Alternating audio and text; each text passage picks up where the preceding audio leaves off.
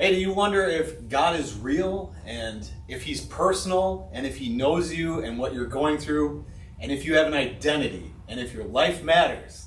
These are all topics we're talking about this afternoon with two very special guests here, and you will not want to miss this because their experiences with those very topics may change your life or the life of someone you know. So join us for the next hour and a half, something like that probably, with our two guests here, Jay and Machell Franson. Hey, all right, and the crowd goes wild. All right. That's right. Yeah. So, I was talking with Tara a little bit.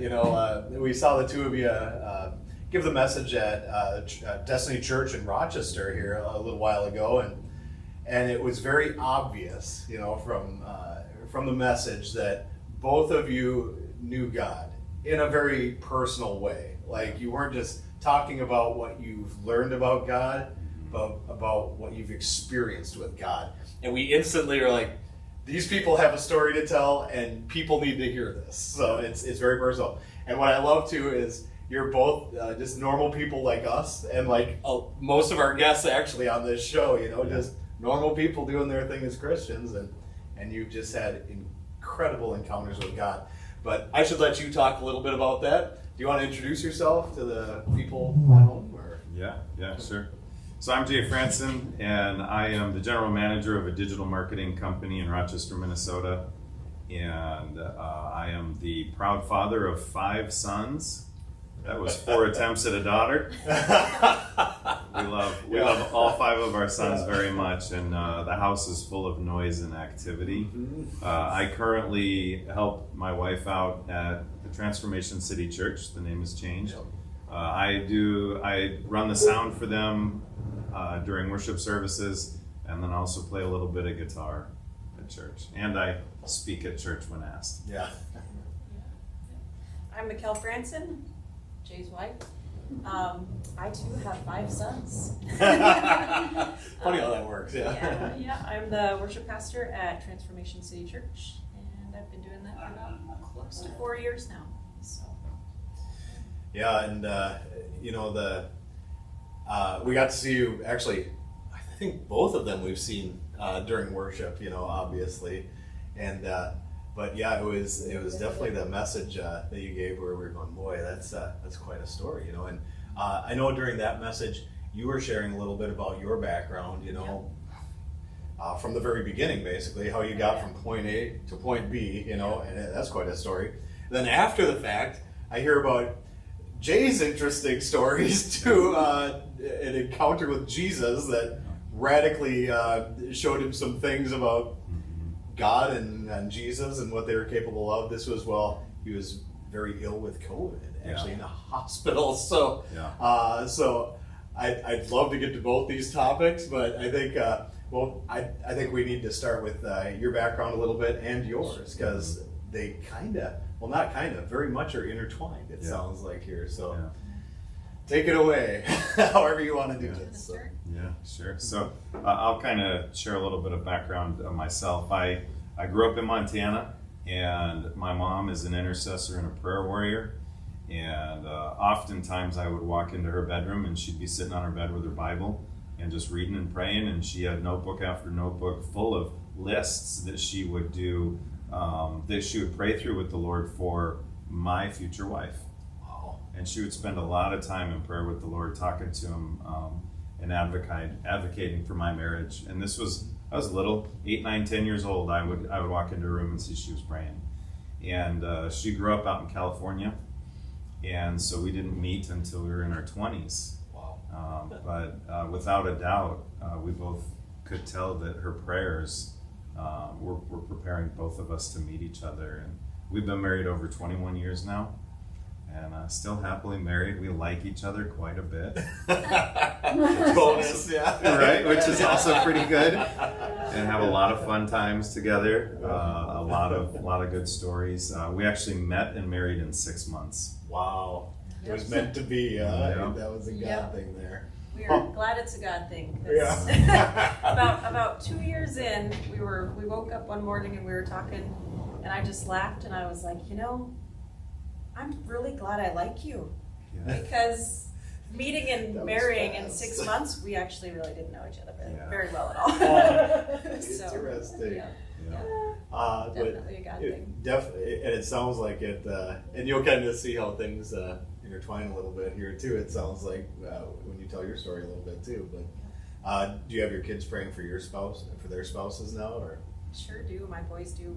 I drive him to the bus stop most mornings. My 16-year-old just started driving, so he actually now drives me to the bus stop. Yeah. But I loved that his mom prayed for me. I had an encounter where I was at the International House of Prayer, and I was just soaking in the worship.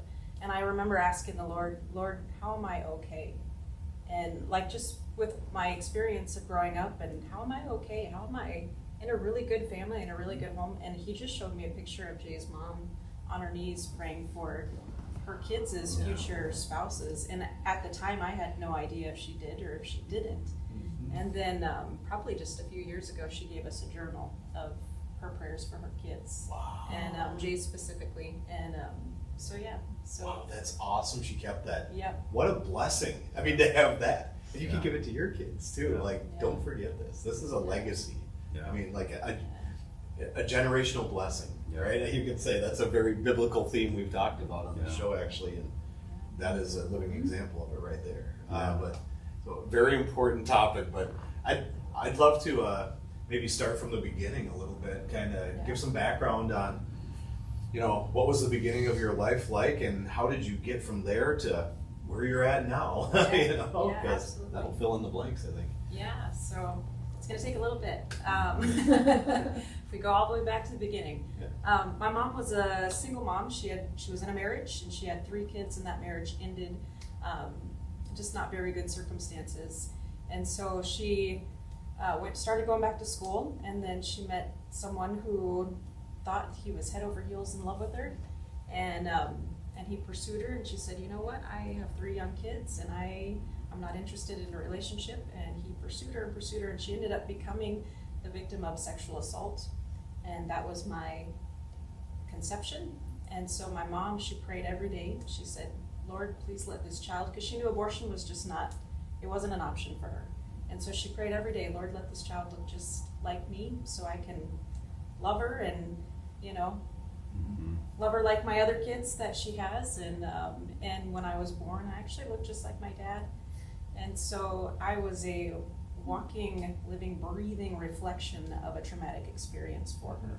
And so growing up, I felt very out of place. I felt like I didn't belong. I felt like, my mom, she did a great job. She really did the best that she had, or the best that she could with what she had. And she loved me very much, but it was really hard because I was just it was a traumatic experience for her. And so Was she Christian? She was Christian. So I grew up in a Christian home. Interesting. And my mom would, every morning I knew where she would be. If she wasn't at work early, she'd be in her room. She'd have her Bible open on her bed. She'd have a cup of coffee, and she'd be reading the Word and praying in tongues and singing. And so I was able to crawl onto her bed and just sit there and be with her while she was with the Lord. She invited us into that. Wow. She never hid her relationship with the Lord. And so I fell in love with the Lord watching my mom, encounter him. And in the middle of this kind of weird dynamic. Yeah. Isn't that interesting? Yeah, and the Lord was, I think as a child, he was my best friend. And, but at the same time, I think because of my child of origin, like how I, came into the world, I really felt like I was kind of exempt from all good things from God. I thought that I was a mistake.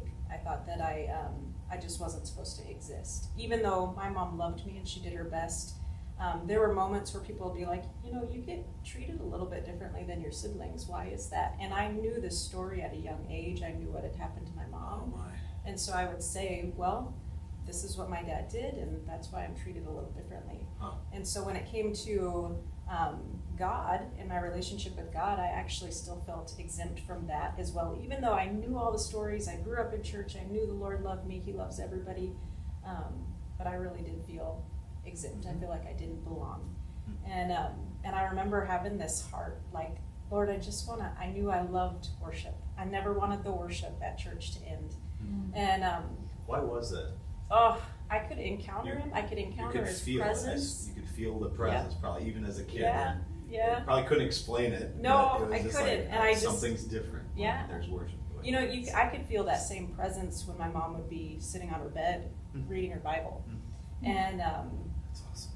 she just like, I knew the presence of the Lord, and even though I felt exempt in His house, I still knew His presence, and I knew that I wanted to pursue Him, and I loved worship. My mom was actually a worship leader until I was about 8 years old, and so I would watch her lead worship, and I love to sing. My favorite thing as a kid was my karaoke machine.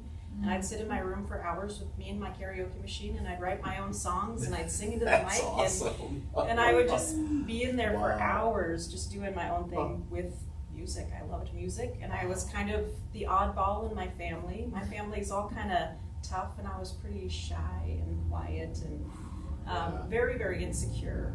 So in school, like, for choir, I would join choir, but if there were any auditions, I would practice because I'd want to do the solo, you know. But I'd get up there to go give like my solo, you know, and I'd end up running out of the room crying. I just couldn't be in front of people. If there was any speeches in class, I'd go up to the front of the class to do the speech. I'd always gear up to do it. I'd always practice to do it, but I'd end up running out of the room crying because just being in front of people was so hard. And that actually lasted up through college. Is it like a feeling of rejection, or they're going to reject me? Oh or yeah. Is it like, Everything that I did with all of me, like all of my heart, you know. And I was just I'm a very passionate person, and so when I put effort into something, I put all of me into it. And so to bring all of me to the table, and to realize that somebody can reject me, I think subconsciously I wasn't thinking this, but rejection's really hard. And so I would just kind of run out of the room. And in college, speeches, same thing. I would practice and I would have great speeches, and then I'd get up to say them, and I'd just exit the room. And I couldn't do it. I couldn't be in front of people. When I was 16, we moved to I lived in California. I grew up in California. I grew up in Redding, California. Our home church was actually Bethel Church. Wow, And, that's awesome. And so I would go, you go to a church like Bethel, and you walk in the doors and you just encounter the Lord. He's there. He's very much there. I agree, yeah. And you can feel that at home. You can feel that anywhere. If you're looking for the Lord, you will find Him. But I grew up in that church. I grew up in that atmosphere, and I just remember watching the worship and watching the worship leaders going, I want to do that. I know that that's my heart, but I can't be in front of people. And I kind of was angry at the Lord, going, Lord, you put these dreams in my heart that are so much bigger than what I have the personality for. I know I don't have the right personality for what you have, because people on stage, you would think they like to be on stage, they like to be seen, and I was like, put me out back. And that's like an instant clash between truths right there. And we see this a lot actually in people's stories. Like God says, this is who you are. And the world, and sometimes your whole life experience, everything to that point would say, no, you're not. You're this person, all of your circumstances sometimes.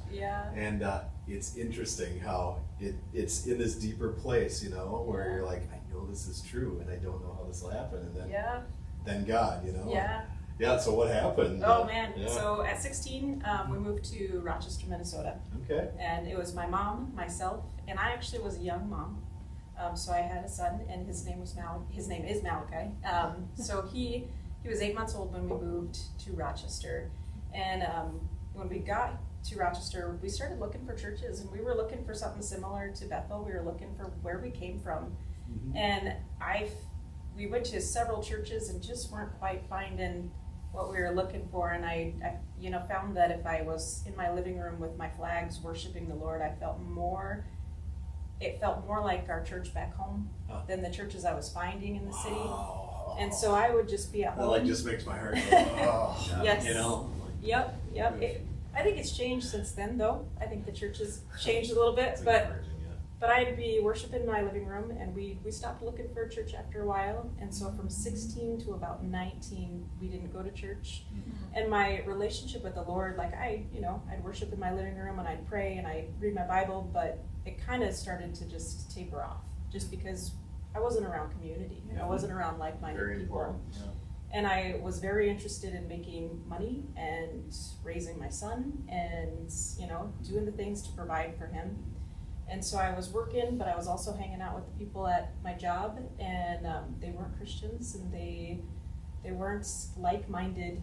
You know, they just weren't going in the same direction that my heart was in, but I was just kind of doing that. Yeah. And my mom moved back to California, and I stayed in Minnesota. I felt like I was supposed to stay. I knew I was supposed to stay, and I couldn't go back with her. And it was a really heartbreaking time because she actually helped me raise my son up until that point. And so she was grandmom, you know. That's she was a change, yeah. So for her, it was really heartbreaking, but I knew that I was supposed to stay.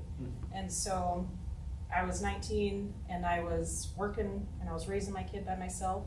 And I just cried out to the Lord. I was in my apartment listening to Lauryn Hill Unplugged, her second album. Sure. Which is a really good album. But I'm listening to that, and I got my karaoke machine right there too, still at it. And listening to the album, and I just cried out to the Lord, going, Lord, I need friends. Yeah. I need people who know you. I need people who love you and will draw me closer to you. And so, no joke, within the week I started training 2 girls at my job, and they were younger than me. So I was 19, they were about 15, 14 years old. And I started training them in, and I just knew there was something special about them. And Wow. just neat girls, and we got along really well. And they went to, back then it was called Mount Zion Church. So our church has changed 3 times. Yeah. So Mount Zion, and then it's Destiny. Now it's Transformation City. So all the same church, just different names. But they had gone to that church, and I had already experienced churches in Rochester, and they had invited me, and I said, that's okay, I'm good. But at the time I was 19, I started going to the community college as well. Yeah.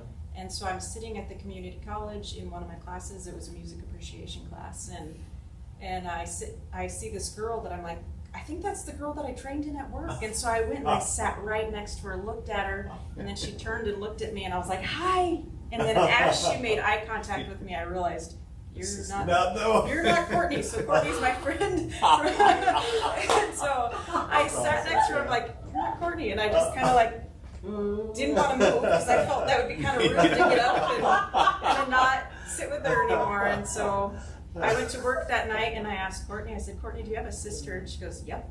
Does she go to RCTC? Yep. Does she have a music appreciation class? Yep. For one, how do you know her classes? That's really weird. And I was like, I sat next to her totally thinking she was you. And she goes, oh yeah, that happens all the time. So I had friends at work. I had friends at school.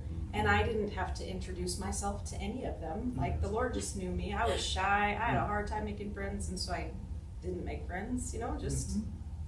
But I was at home in my apartment with my son one night, and I got a phone call, and I answer the phone, and there's just girls giggling. And I'm like, what is happening? Hello, what's happening? And I just hear these girls giggling in the car, and they're like, are you on a date? And I look at my 4-year-old, and I'm like, no, I'm not on a date. And they're like, well, who's that guy in your apartment? And again, I look at my 4-year-old, and I'm like, it's Malachi, my kid. He's not a guy. And they're like, no, this guy's man-sized. He's like a man. And I'm like, okay, where are you guys? Who is this? And they're like, we're out here by your car. And so these girls, they were all crammed into a Jeep. There was more than 3 of them. They drove up and down 41st Street in Rochester because they knew that I lived on 41st Street. They knew that I drove a red car.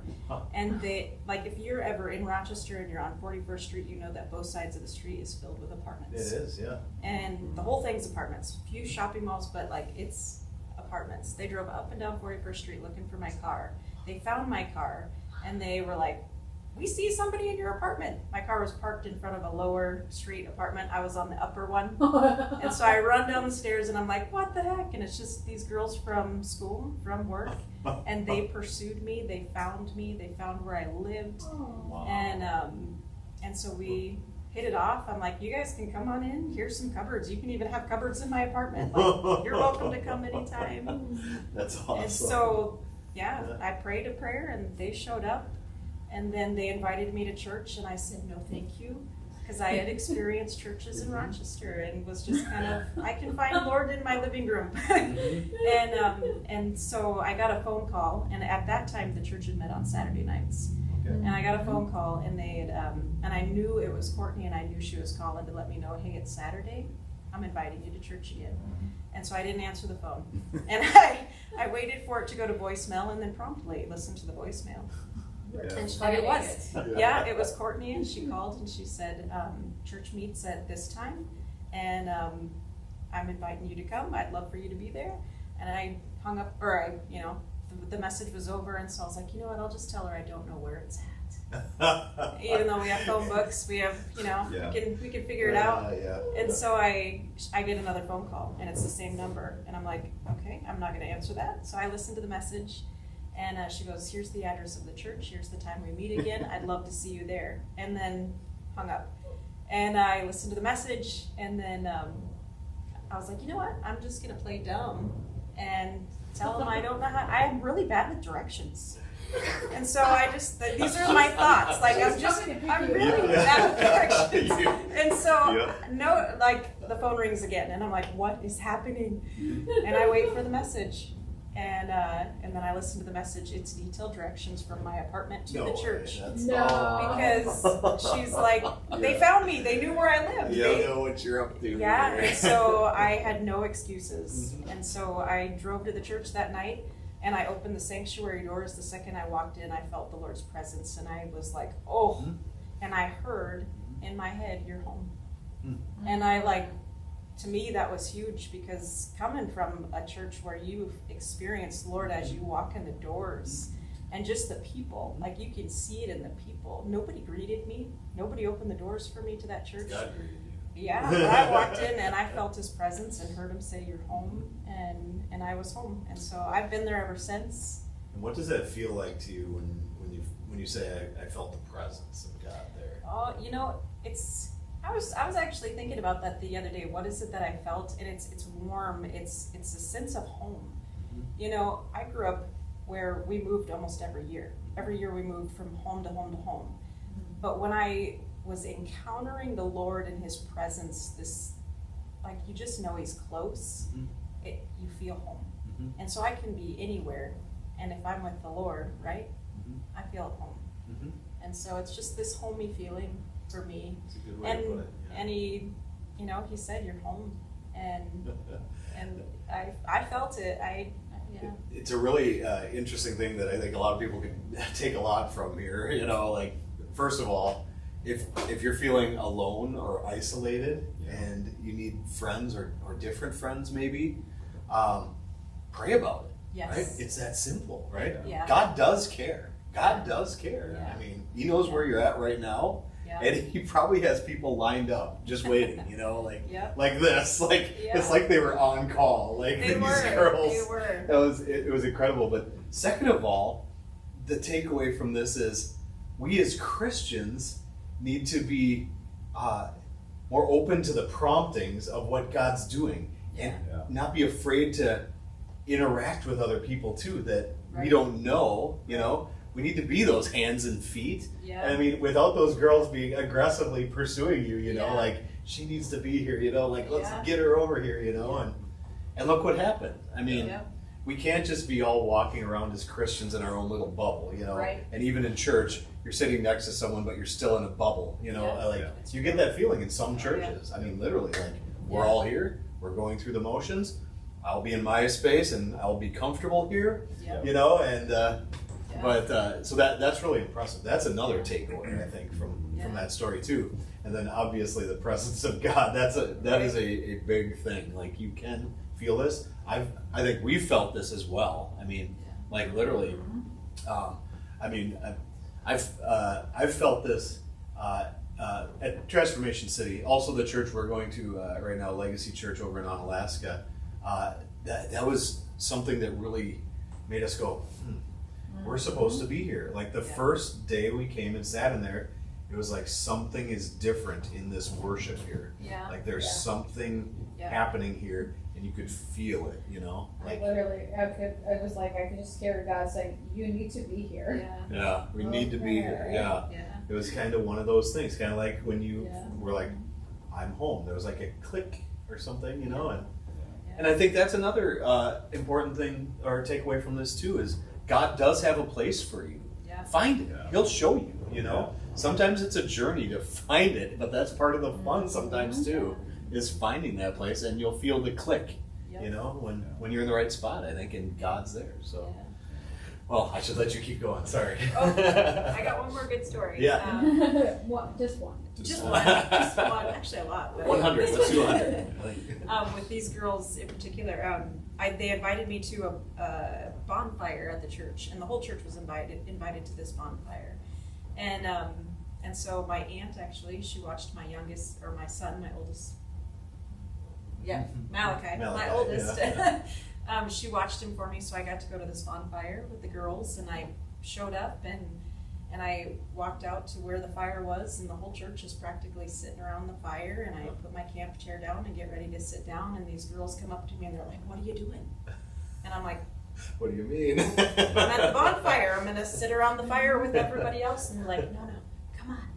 And they were kind of sneaky, and I'm like, "Oh, here it is. Okay, they're not as good as I thought they were. Like, here it is. I'm gonna see what they're really all about." And they're like, "Come on, let's go." Like, you know what we're not here for the bonfire. And I'm like, "Okay." And so they start sneaking to the house, and I'm like, for me, I had never been there, so it felt very sneaky and like, what are we doing?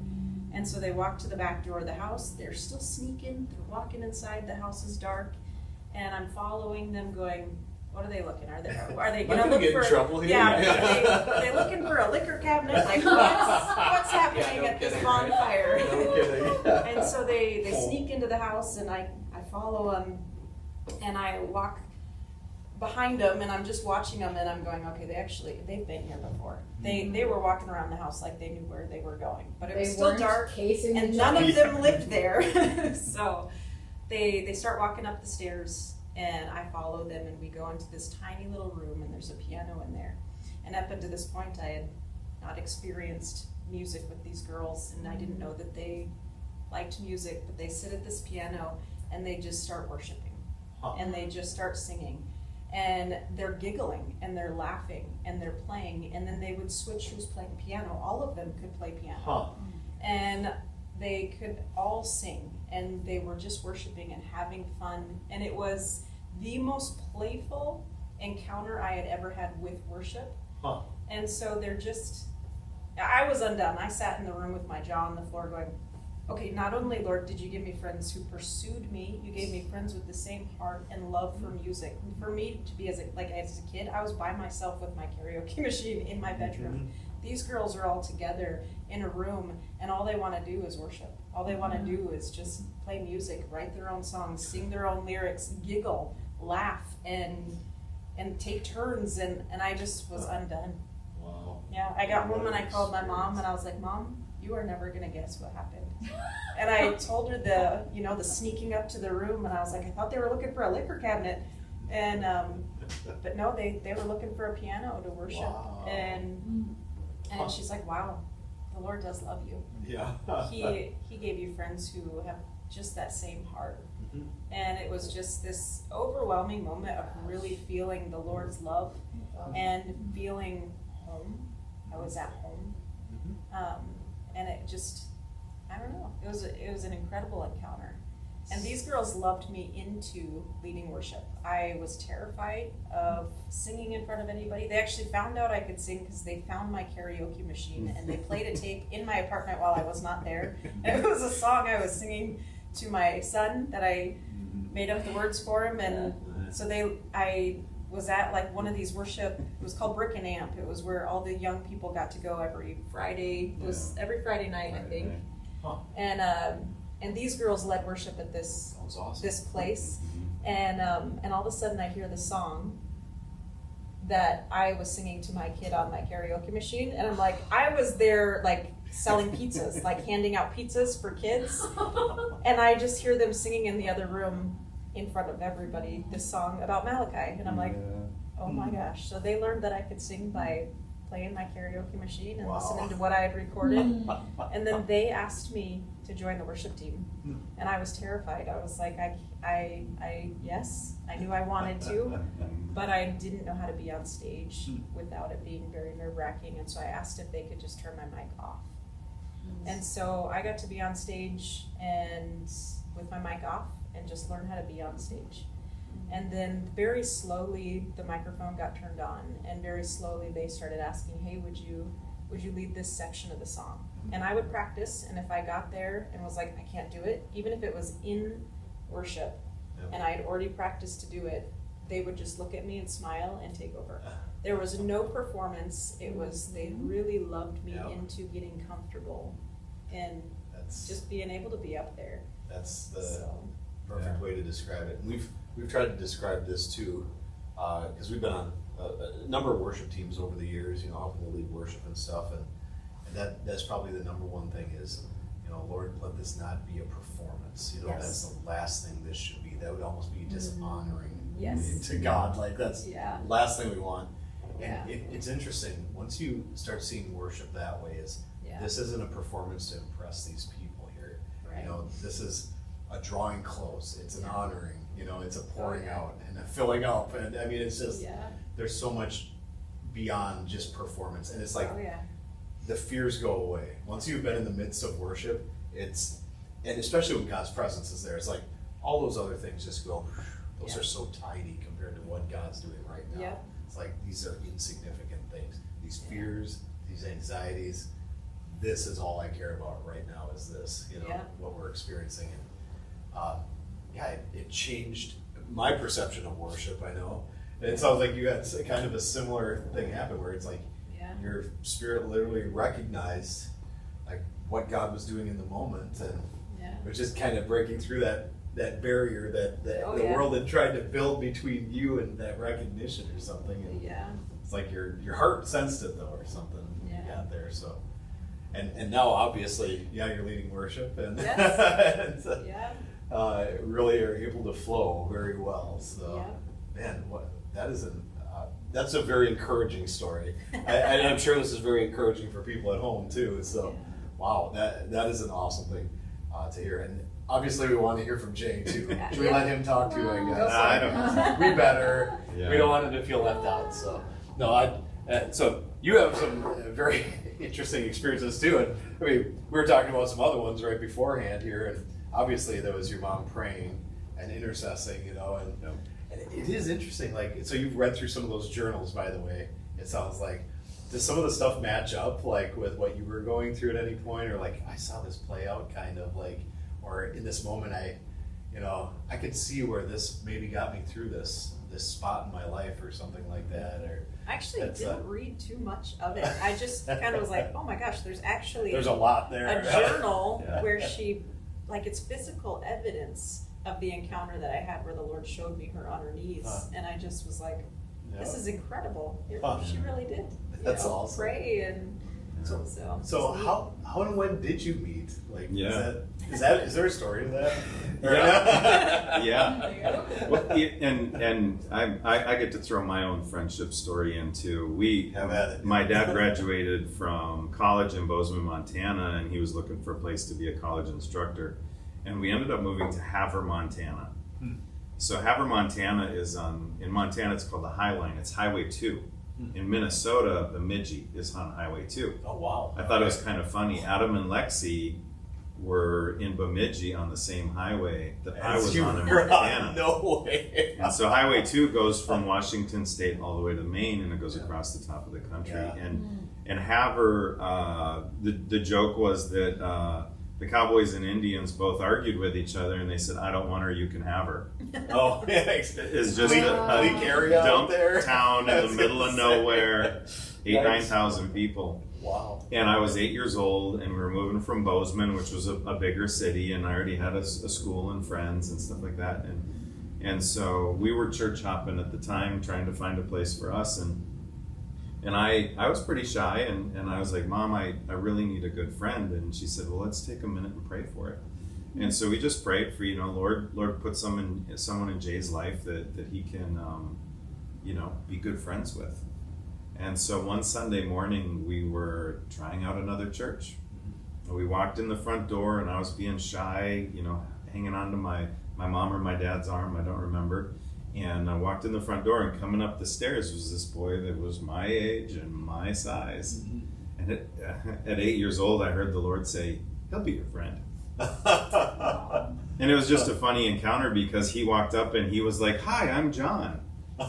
And we were friends. 8-year-olds, you watch 8-year-olds, they're like, "You want to be my friend?" "Sure." Yeah. And then you're friends. The rest is history. And so we were friends all the way up through high school. He ended up joining the military and was a helicopter pilot in the Navy. And a handful of years ago, out of the blue, he texted me and he's like, "Hey, Happy New Year's." And we hadn't talked to each other in 10, 15 years. Yeah. And I texted a picture of my kids playing ball with one of our dogs, and then it turned into a phone call. And we now meet every other week, and I actually do business coaching for him. Wow. So we meet in a coach-client relationship, and so just the power of friendship. And my good friend John, he has the gift of encouragement, and he just, even now we're in our 40s. We're not young anymore, that's for sure. And when we talk, he's just like, "Thank you, Lord, for putting Jay in my life." And that all came from just a simple request from my mom saying, "Well, let's ask the Lord for this." Interesting. Yeah. Wow. Well, there you have it. We've doubly confirmed it today. That's right. Go pray for friends. That's right. God-given friends. That's right. And what a blessing that flows from that too. I mean, it really nourishes a person when you have the right friends. When God brings them into your life, He'll match them up, the path they're on, with the path you're on, perfectly. Yeah. And that's what's incredible about God sometimes, is that you can see that looking back, especially like, boy, yeah, that was perfect timing for this, and look at what happened along the way.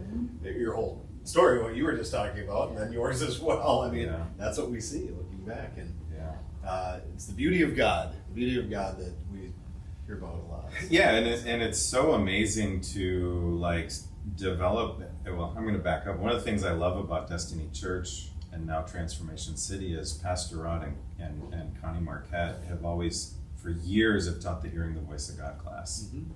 Yeah, they were on our show, by the way. Go and watch their episode. Oh gosh, just an amazing class to just sit down with a group of like-minded individuals and talk about how God wants to talk to you. Mm-hmm. Mm-hmm. Like that's so powerful to go, wait a minute, He does want to talk to me, and if I slow down and listen, I can hear His voice. That's so powerful. And there's just so many times in my life that I've been blessed to have that internal audible from the Lord where if I was too busy, if I was in too much of a hurry, I wouldn't have heard Him. Mm-hmm. And so you asked about how we met. I grew up in Montana. I was looking for a school to go to, and I grew up in Christian Missionary Alliance, and I was going to attend Simpson Bible College in Redding, California. That's interesting. Okay. Now, I graduated in 1999, and I didn't know it at the time, but the woman I was supposed to meet in Redding, California had actually moved to Rochester, Minnesota. Ships passing in the night, right? And just by my relationship with the Lord, He shifted my focus away from Simpson Bible College, and I turned my attention to actually Northwestern in Seattle, and the Lord said, "Wait a minute, you need to ask me." Wow. And I was like, "Lord, I'm a grown man. I can make my own decisions." And I said, "This is Assemblies of God school. I've got other people going there that I know." And He said, "No, you need to ask me where to go." And so I said, "All right, Lord, well, where do you want me to go?" And then I just started pursuing schools. And the crazy thing is I applied for about 15 colleges. Crossroads Bible College in Rochester, Minnesota is the only college that emailed me back. Wow. And we talked before the show started about signs from the Lord. And I'm like, colleges want your money. Like, they're gonna say, hey, come to my school, I will take your tuition check. And so Crossroads Bible College, they replied and they said, we'd love to have you come out. I joined a counseling program. And so within a couple of weeks of class starting, she and I had bumped into each other. I moved here with a good friend of mine, and we were going to be college roommates and be dorks, and it was like middle school summer camp with us. Every night in the dorms was just silly, and met her, and so yeah, we freshman year of college at Crossroads Bible College, we met and got married within 6 months. Isn't that crazy? Yeah. How that was all orchestrated that way. Yeah. And you're absolutely right to be able to discern that you know, I need to know that I need to ask God about this. I mean, and you're absolutely right. I love what you said about, you know, being too busy to hear God's voice. It's like, oh man, I'm guilty of that.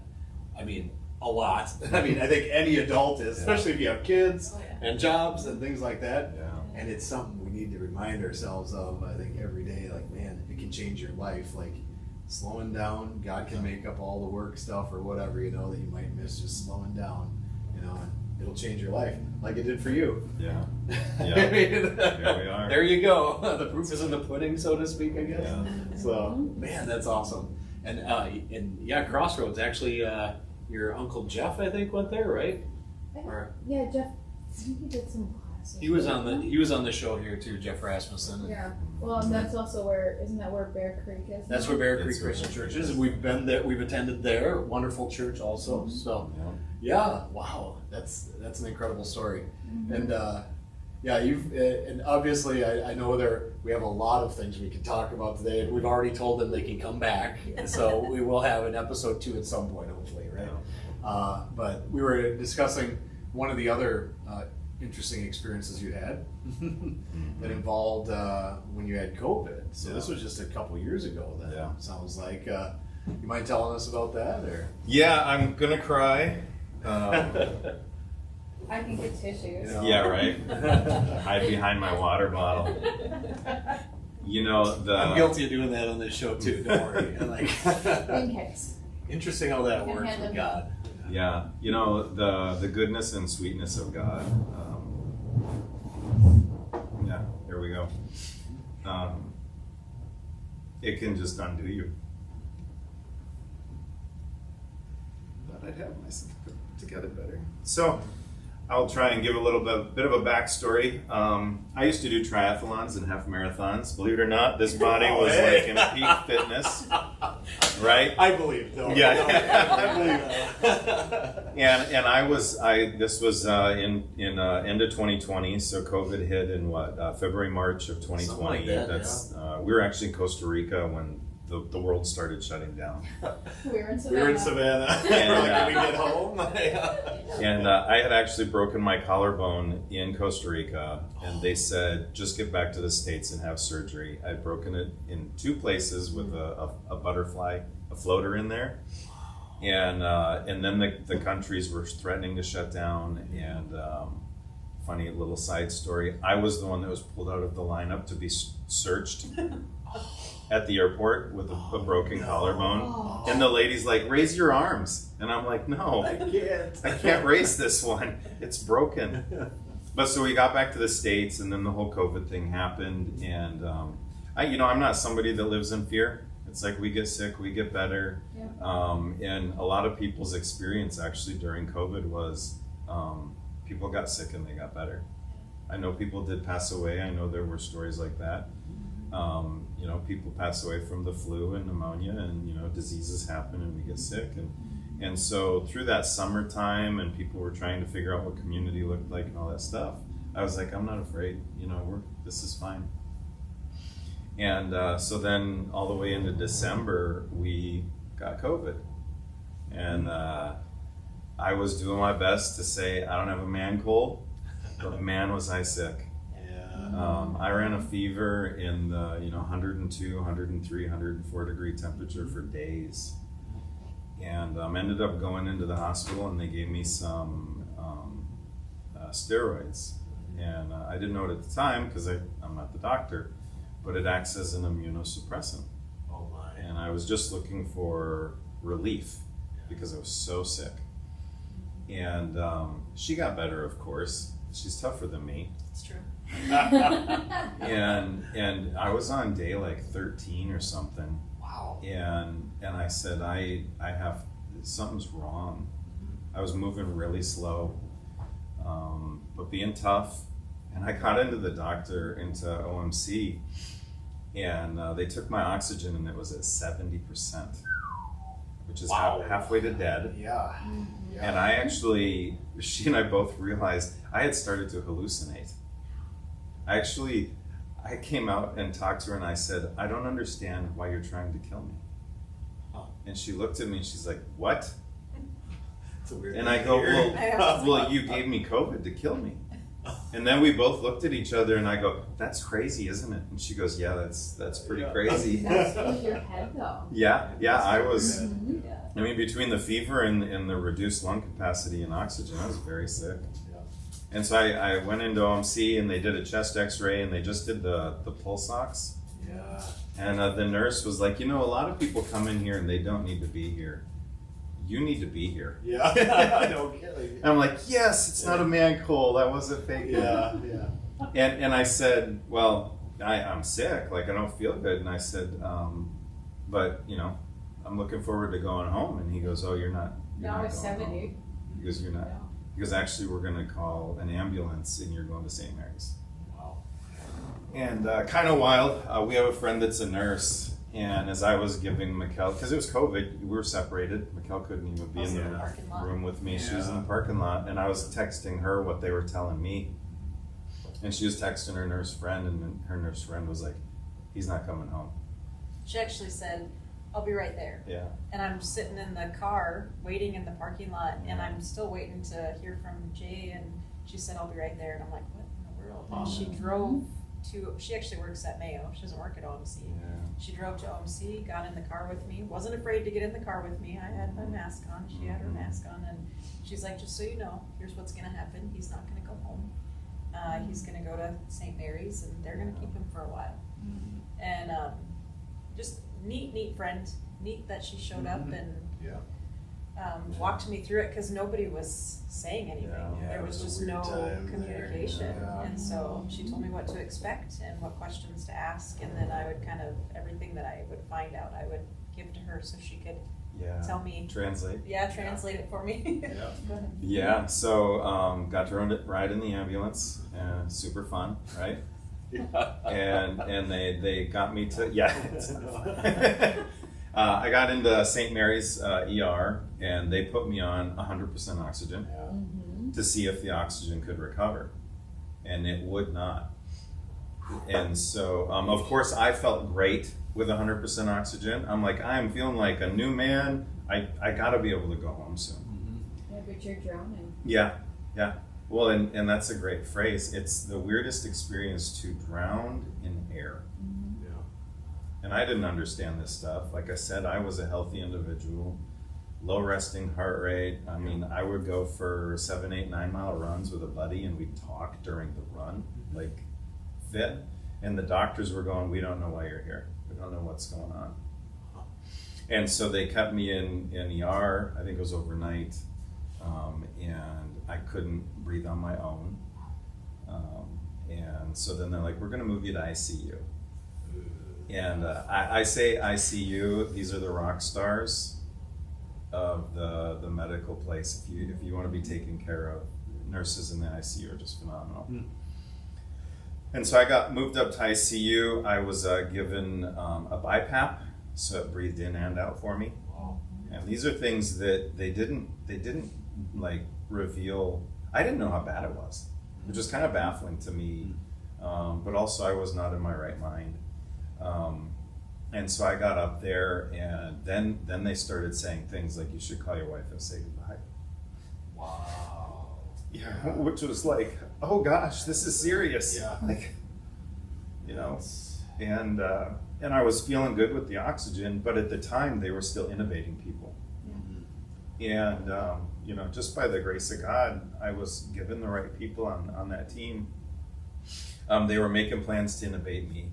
And when you're a curious case, you know, you'd have 5 doctors walk in and stand around you and look at your charts and talk to you, and most of them had left, and one stuck around.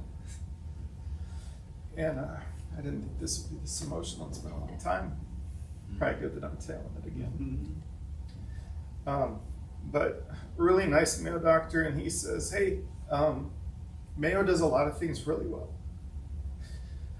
but they don't do everything right. Can I pray for you? Wow, that's huge. Yeah, and it was a very like common prayer. Lord, give the doctors wisdom, and Lord, give Jay, rest or whatever. And I'm like, heck yeah. And he prayed for me, thank you. And then he turned to walk away, and he turned back and he goes, by the way, is your cough productive? Because the COVID cough was dry. I was like, oh yeah, I'm coughing up gross stuff. And he goes, wait, we have to stop everything. And he goes, they're not going to do anything until we get a sample and run tests. Huh. And the timelines for me is always wrong when I tell the story. Machell's like, that didn't happen at that point. But so my recollection of it was this was all early on in the situation in this whole encounter. And so they ended up getting a sample and running it through, and I ended up having double bacterial pneumonia. Wow. That had come in after COVID. Interesting. And one of them was Haemophilus flu, which is bacterial, and most of us are carriers. We carry the bacteria in our nose. You were just so weak. I was so weak that I ended up getting this, and so this bacterial stuff is what really damaged me. But in that whole early process, that first day or so, I think it was the end of the first night, I really feel like it was the Holy Spirit. The Holy Spirit will advocate on our behalf.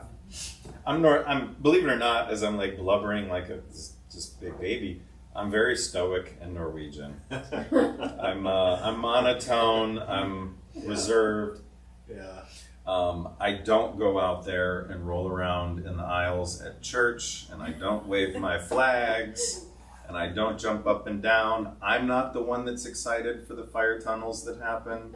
I'm like, I will be in the sound room, right? Like, I'm this guy that's like, I believe in the Lord. If I raise my hands during worship, the fire of heaven is falling on that building because I won't raise my hands, right? And so just out of the blue and out of my mouth, I said, Jesus, I need a sleepover, which is so silly. Mm-hmm. He showed up in my room. And this is what I learned after the fact. I had a trance experience. I was still, I have pictures. I looked terrible. I was still laying in bed with a full BiPAP. I was in the hospital garbs. I had wires all over, and I was pretty immobile. I couldn't even sit up quickly without being depleted. And he showed up in that room, and he looked ridiculous. It's so funny. He was over 6 foot, beard, dark hair, long hair. He was wearing a trench coat,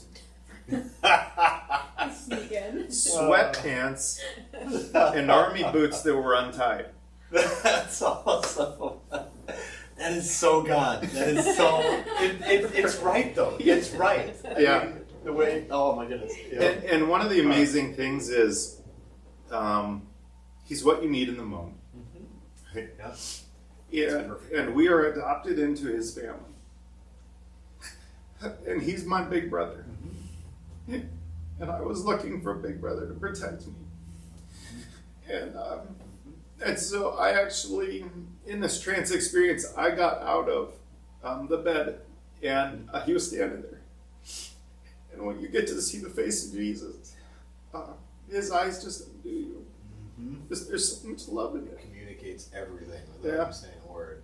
Yeah. And I looked at him, and he just was smiling at me, and I go, "You look ridiculous." You told him that. That's awesome. I did. And he looked at me and laughed. And he opened up his trench coat and he goes, "Come here." And he just, I just walked in and I pushed myself against him. And he wrapped the trench coat around me. And I gotta say, his shirt was really soft. And I felt really safe. And then he opened the trench coat and pushed me away. And he goes, now do you know I'm dressed this way? And I just laughed. And it just was a silly encounter of the goodness of Jesus. And when you look at this idea that God designed the family on purpose, and he designed the family to be a reflection of him. And so when he says that we are invited into his family, like it's real. And so I stepped back and I looked at him. And he goes, so what do you want to do? And, you know, being stoic Norwegian, I was totally out of my element, and I couldn't control it. And this was one of those things that I am controlling. I do my best, except like right now, I do my best to control my emotions. And I couldn't control this situation, and I knew that it was a real encounter with him. And I looked at him, and I go, what do I want to do? I don't know. And like, It's a big question. You look back at like the foolishness of in the moment, and I go, I don't know, play games? Because it's a sleepover. What? It's a It's a sleepover. And he goes, cool. And so I climbed back into the bed, and I was sitting in Indian style at the head of the bed, and he was sitting in his Indian style at the foot of the bed. And we were playing games and just laughing. And the crazy thing about this was it was outside of time. Yes. And I actually got to remove myself from myself and watch the two of us interact. Yes. And we were just laughing and having fun, and then a nurse came in. And I can't remember the nurse's name. He was fairly effeminate and odd, and I wasn't like, at this point when people came in, I would actually turn my back to the door. I was so sick and so retreated that when nurses would come in to help, I would move myself away from them. And so he had come in, and I was laying in bed silent. He didn't know what was going on. He didn't know that Jesus was in the room and we were playing games. And he walked in over to the nurse's station, and Jesus looked, and his eyes lit up, and he jumped out of bed, and he pointed to the nurse, and he goes, can't you see? He is just like me. It was such a unique experience because it was a couple of things happening simultaneously. He actually reprimanded me in that moment. He's like, be grateful and show gratitude to those that are trying to save your life. And so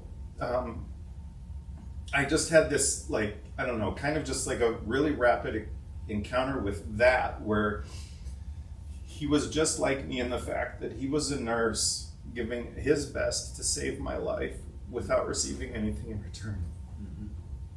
Nurses don't get anything for saving you, whether you live or die. They still have a job. And yet he was doing this to the best of his ability. And it's just a powerful time. Needless to say, after the encounter was over, I was incredibly gracious and grateful and thankful to every single person that walked into my room. Did you tell him, this nurse? No, well, I was busy being with Jesus at the time, so I was like, another time. I didn't see him again. Oh, okay, that's what I was wondering. Like later on, if you told it, I Yeah. wonder if you could find him now. I'd You tell know, him. I've thought about that. Like it might change his. Yeah, I did spend Christmas alone in ICU, and I spent it with the nurse. But so after he said, hey, can't you see he's just like me? He then walked back to my bed, and he goes, so what do you want to do next? And so he said, what do you want to do? He said, what do you want to do next? And I said, I don't know. See the Father? And I'm so grateful that like these things were just kind of like, whoa. Yeah. And he goes, cool. You're gonna like him. You're gonna like him. And we actually we were translated into heaven Like I don't know what this was, right? And it was the side door that opened to the throne in the you know, like the great hall, right? Yeah. So instead of facing the throne when you came in, you saw it from the side. I did not walk up to him. I was led in the side equal to him. Not equal, that sounds terrible. But I was already in the family, right? And so Jesus opened the door, and he put his hand on the door, and I walked underneath his arm, and he pointed to God, the Father, and he said, "That's my dad."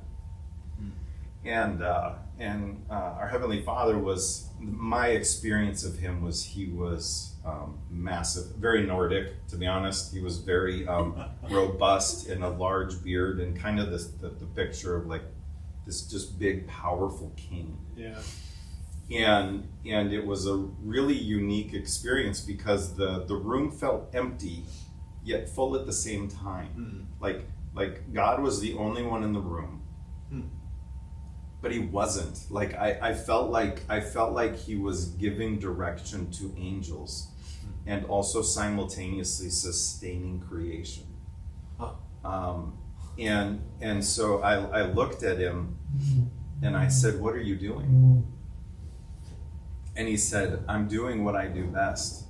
I'm running the universe."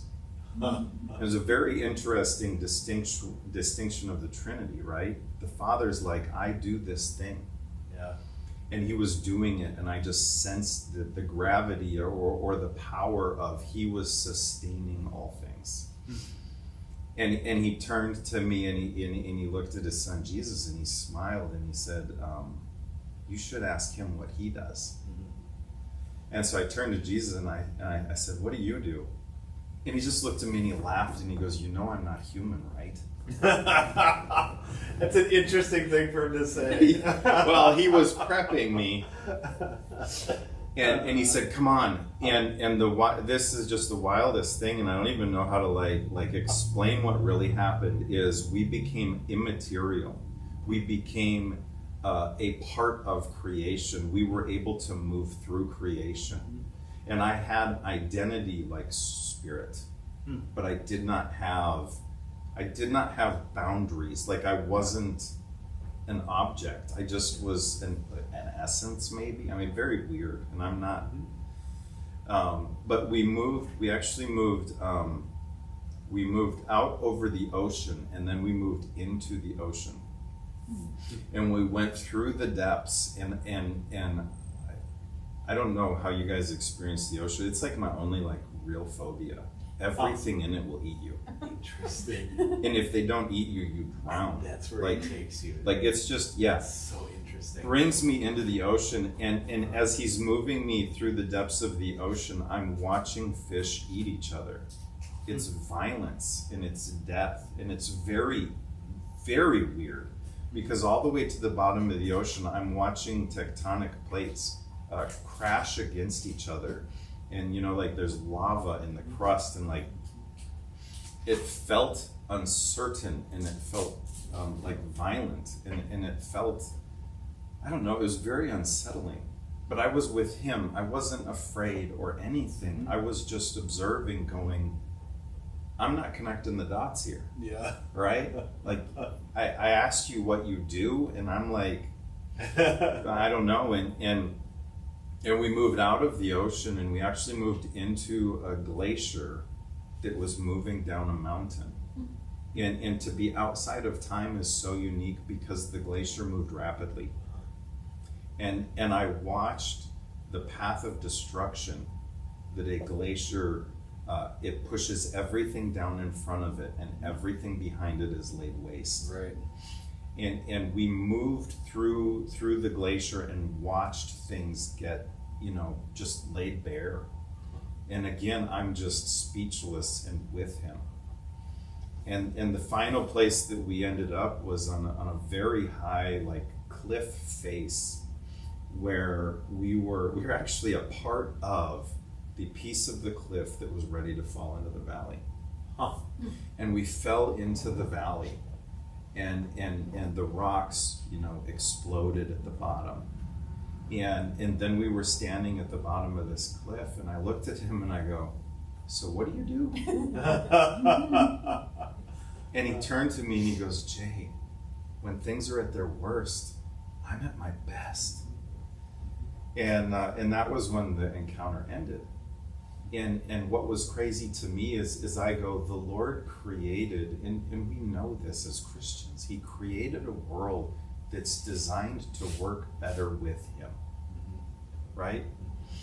And Jesus came to seek and to save that which was lost. He came for the sick. He didn't come for the healthy. And I was at my worst. I mean, I was literally being told to call my wife and say goodbye. And he just encountered me in that place. And the crazy thing is that months and years go by and I will still be given new layers to what he was showing me at the time. Yes. And what he was showing me is I'm in the image of my Creator, and my Creator actually has roles to fill. He designed us in his image, and the Father had a role to fill, and his Son had a role to fill. And I came away from it going, what am I doing? What is my role?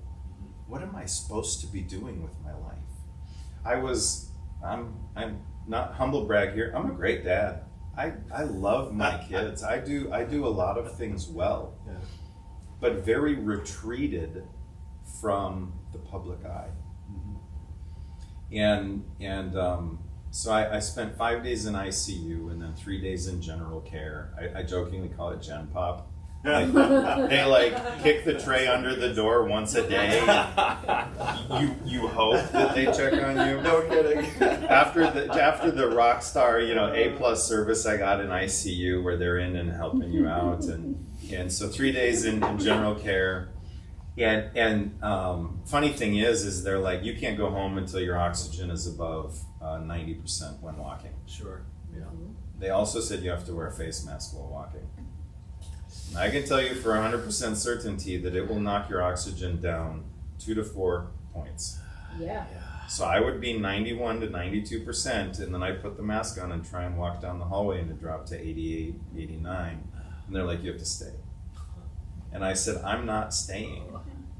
Now, practically, budget-wise, calendar was about to roll over, and my health insurance was about to reset their deductible. And I'm like, I'm going home. And so they said, well, let's call around and get you some oxygen for the house. And so they called, I think it was Lincare in Rochester, and they sent a home oxygen system. And I was still very depleted. Walking up the stairs would completely wipe me out. And I believe I still have some symptoms of long COVID. I was home for a couple of months afterwards, and I'd get up in the morning and make it downstairs to where Machell was running her daycare at the time. And I'd spend 30 minutes with her and then say, I'm sorry, I have to go to bed. Mm-hmm. And I would go upstairs and sleep for 4 hours, dead to the world. Mm-hmm. It was sometime in January, I was dragging my oxygen behind me, and I was just doing laps in the living room upstairs. And the Lord said, Jay, this is the year you say yes. I'm like, no. Right? No, don't, because I know what that means. You're going to give me an opportunity to say yes to it, and I am not going to want to say yes to it. Yeah. I know where your brain's going there. Yeah. Oh, gosh. And so then February, then March. March, I went back to work, and within 2 weeks of going back to work, a good friend of mine called me out of the blue and said, I want you to come down to one of my businesses. I have a proposition for you. It was to run a digital marketing agency. He's a salesman. He runs a couple of businesses in town. I do coaching. I do life and business coaching. It has not exploded because the two things I like least in this world are sales and marketing. Yeah. Right? And so my good friend is like, hey, I want you to come help with a marketing agency. And I said, you see the irony? And he just laughed. And he goes, I know. And he goes, but I think you'd be great. And I immediately heard the Lord. And so I said, yeah, my answer is yes. I can't say no. Right, yeah. I don't dare say I met the guy, and then he said, hey, do this thing. And so I said, I need to tell Machell, but the answer is yes, we'll figure it out. And so I called her and I said, we're just gonna have to figure this out. Mm-hmm. And so what he did is he pulled me out of what was a job that I had outgrown. I was a commercial driver for the city of Rochester, and it didn't have anything for me, but I favored security. Mm-hmm. And so I was top of the list on seniority. It was secure, it was known, I was good at it. And he said, nope, I need you to get out of there. Get out of so that boat. Say yes. Step onto the water right Right. here. Yeah. Yeah.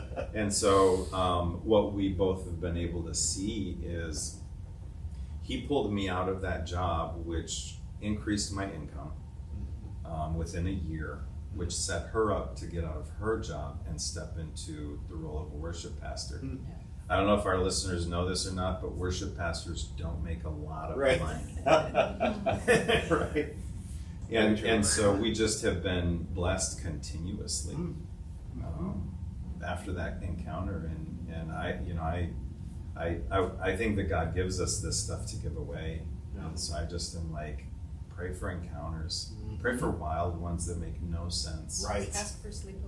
Yeah. Ask for a sleepover. Yes. For Did you hear that? sleepover. Okay. Or whatever God puts on your heart. I mean, it might be something silly in the moment like that, but Yeah. it's just right. It's just the right request. And Yeah.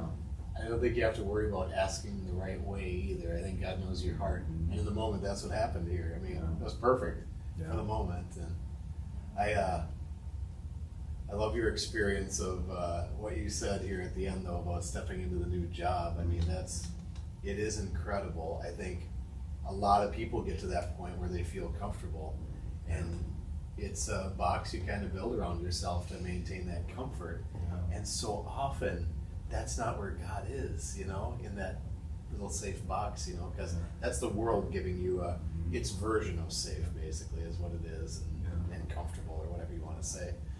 Yeah. And God's out here, like we just said, stepping out of the water. He's out on the water while you're Yeah. trying to stay safe in the boat. Yeah. He's like, it's out here, come Yeah. out here, Yeah. way out here. And these waves, Yeah. don't worry, don't worry. Look at me. Look, that's kind of it. Is you kind of know where you're going. Yeah. Like he told you this is the way to go, and keep taking steps forward. I guess we've used that analogy with this place actually a lot too. Exact same thing here. Like, what are we doing? Like we are totally secure in our jobs, and everything like that. And you want us to spend our savings on this thing, our entire life savings on this place, and it's a big thing. But it was very clear what we had to do. I mean, very clear. Yeah. Like to the point where if I think if we wouldn't have done it, It would be you. it would have been a burden on me. Like my heart would have felt like it was breaking all the time. Like I don't know how to describe that, And maybe you felt this too, like when God's like, do this or something, or that God has given you something to do, and you can't bring yourself to. It's just like such a weight when you can't say yes, and you're supposed to say yes, and it's fear or the world or whatever. And maybe it felt that way when you had that in you, to be a worship leader. And you knew that you were supposed to be doing that, and it was just like, like a crushing thing. Like, how do I get there, God? How does this come out of me? And it's interesting. God did a similar thing with you in a totally personal way. Yeah. And that's the beauty of God that we love to talk about on this show. Is He's so personal, and yet you see these traits, these characteristics of God repeated time and time again in different people's lives where He's doing things like this. Yeah. He's getting you to where you're supposed to be, who Yeah. He created you to be. Yeah. And you might be one of the people that's stuck right now Yeah. in that spot. You're in the boat. And God's saying, get out of the boat, step onto the water, and pray about it, It might be that simple sometimes. It's just ask God, am I in the boat, Do you have something more for me? And what is it? Let me know. And then take the time to listen, I think. That was the other thing, too. I think this is a common theme. Listen to what God says. It is interesting, too, how God will speak to different people in so many different ways. You know, Yeah. this is a theme we've seen on this show too. Is sometimes it's an audible voice. Sometimes Jesus will literally show up. Yeah. You know, literally. Yeah. Sometimes there's experiences in heaven. Believe it or not, you're not the first one on the show. Yeah. I mean, yeah. I actually talked about a dream where this just happened to me a few months ago, literally, and I'm the same as you. Trust me, I'm like stoic, but God breaks me every time. It's like ooh. I mean, I still remember the very first experience, you know, where it's like you also you know, talked about how time kind of stops. Like God isn't restricted by time. Yeah. He controls it. It's in the palm of his hand with everything else. And it's like, you know, you think there's not enough time, or you think age is restricting you, or place, or whatever it is. That's all in God's control. I mean, he can do a lot in no time. And the same thing happened when I had my the experience where I ended up in heaven, and this had never happened before. I thought I died in the dream. I had literally asked, there was a person there, I'm assuming was an angel. I remember everything about her, but I literally asked her, did I die? You know, and kind of got a funny look on everybody that said no, you know. But then I went on this whole journey, and I've tried to explain this to people. It's like time didn't exist there, and I saw everything. I was there for days, years, decades. I don't know how long, lifetimes I spent there, seeing and experiencing everything. And then at the end, I came back, and all I could remember was the feeling that I had when I was there. You know, the feeling, and I never want to, it's dulled a little bit already just coming back here, you know? But it was like feeling everything gone from you, all the concerns, the worries, things I didn't even know were there, the sin, I don't know what the illness is, the pain, the fear, everything just gone. And it was the most incredible feeling to feel 100% alive. Like, it was the only way to describe it. Like, whew, all the weight gone in the world.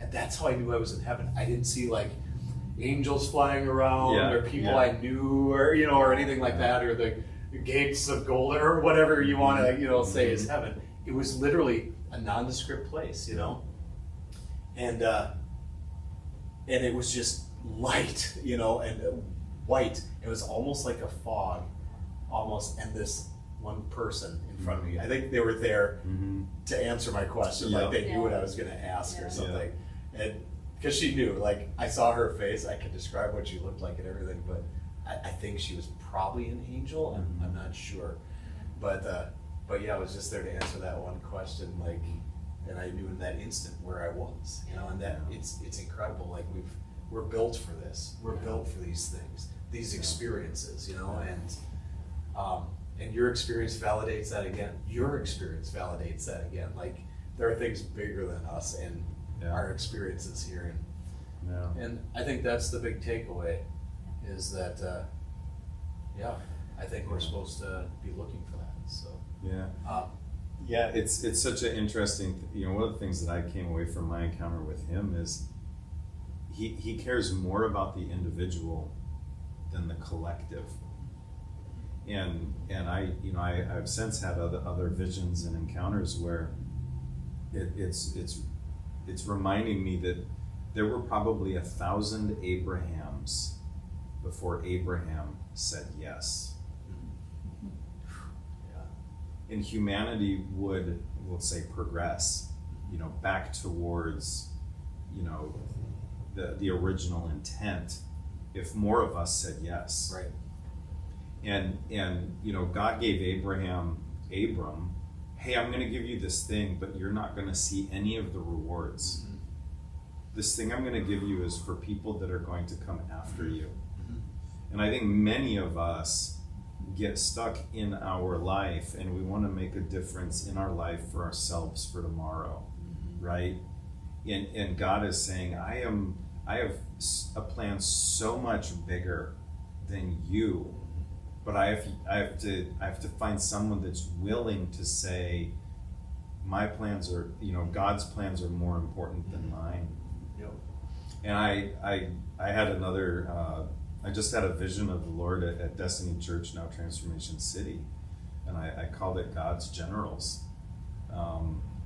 God was standing at the head of a war room table, and all of the people of destiny were standing around it, and generals are given authority over tens and hundreds and thousands of troops, right? The general is not the one carrying the gun running into battle. The general is the one that strategizes and directs. And I felt like the Lord was showing me that our church is full of leaders that are meant to go out and lead the people they've been given. And I think that there's so many of us out there that the Lord is going, look at what I've given you. Walk in my authority and lead these people. And so I am fairly introverted. I'm fairly low energy, melancholic, and the Lord is going, Jay, I'm giving you an opportunity like I gave Abraham or Moses or David, and I'm just waiting for you to say yes, because I can open up the resources of heaven for you like that. Do you want to go do that? Right. And I'm going, yeah, like maybe. You know, what does that mean? Give me some more details. Yeah, what do you mean? Like, could you show me how this looks in my bank account at the same time? Oh man, yeah. And I think when you'd given the message at the church, you talked about talents. You tied it to the three servants with the talents. And that ties right into what you just said there. I mean, and we've all got stuff in us, that God put there, and what are we doing with it? We burying that thing in the ground, and do not be one of those people that dies with that thing buried in the ground, and the world never sees it. That is the worst thing that could happen. Like, get that stuff out where it's supposed to be invested, reinvest it, multiply it. God will multiply what you're doing with it in the world. I've seen the same thing. I've seen a lot, and I mean, we're in our 40s too, and I've seen a lot of generals, like you say, just biding their time in a church. They've got so much knowledge and wisdom, encounters with God. Just their heart's in the right place. Some of them have resources beyond what we can even imagine. Financially, physically, emotionally, whatever it is. And they're not doing anything with it. They're in the church, great, but they haven't done anything with it, and that's bothered me a lot over the years. And I don't know. It has to be a personal decision. Is what I've gotten to that point. Like, you need to have this discussion with God. Like, it's something that you have to do with God. I can't tell you to do this. I can encourage you to ask God and to step out in this. Point out where it says this in the Bible, right? Obviously, but this is a personal choice, a decision to get out of the boat, and unbury the talent, invest it, the talents. Because man, that's another thing that bothers me is I hate seeing the generals spend their whole life and die, and not accomplish. They had so much that they could have done, and I think that right now, and this is, I think it's the world, but I think it's more specifically in America, like the American church right now. We are supposed to take every opportunity to be promoted. I think it matters. I think that the era of humility is gone.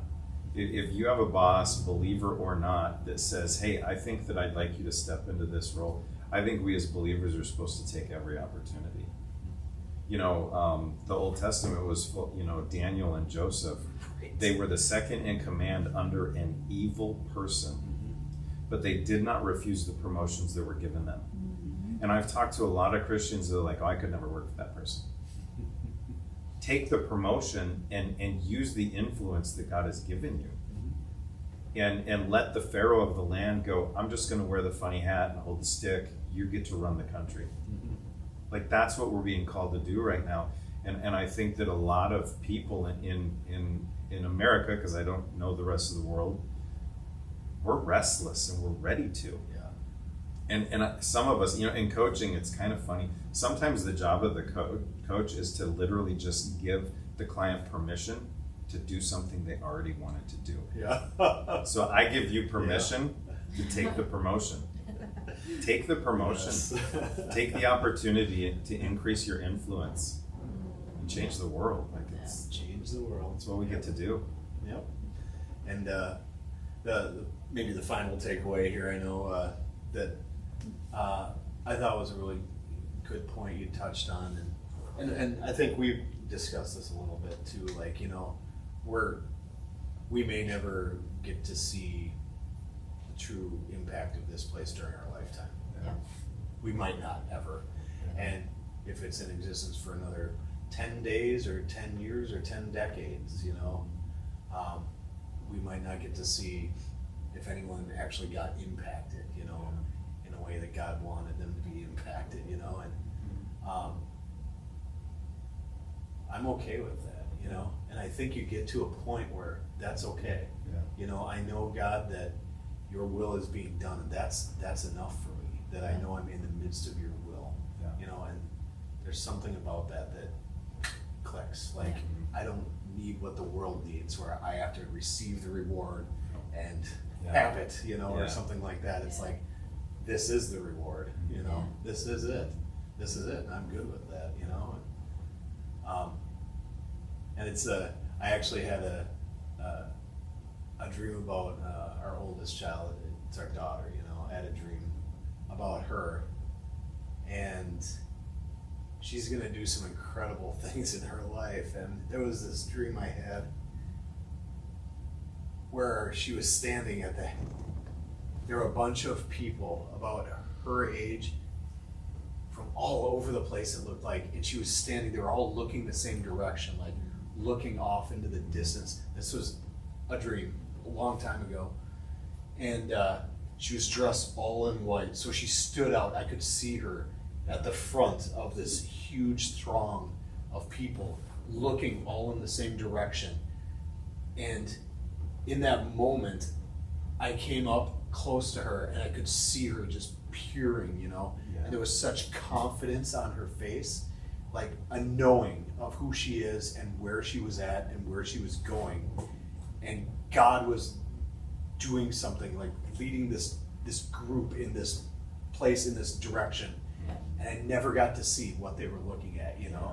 And it's almost like God saying, you know, you may never get to see the fullness of what happens, you know, in her life, or it might be in the generations beyond her, I don't know.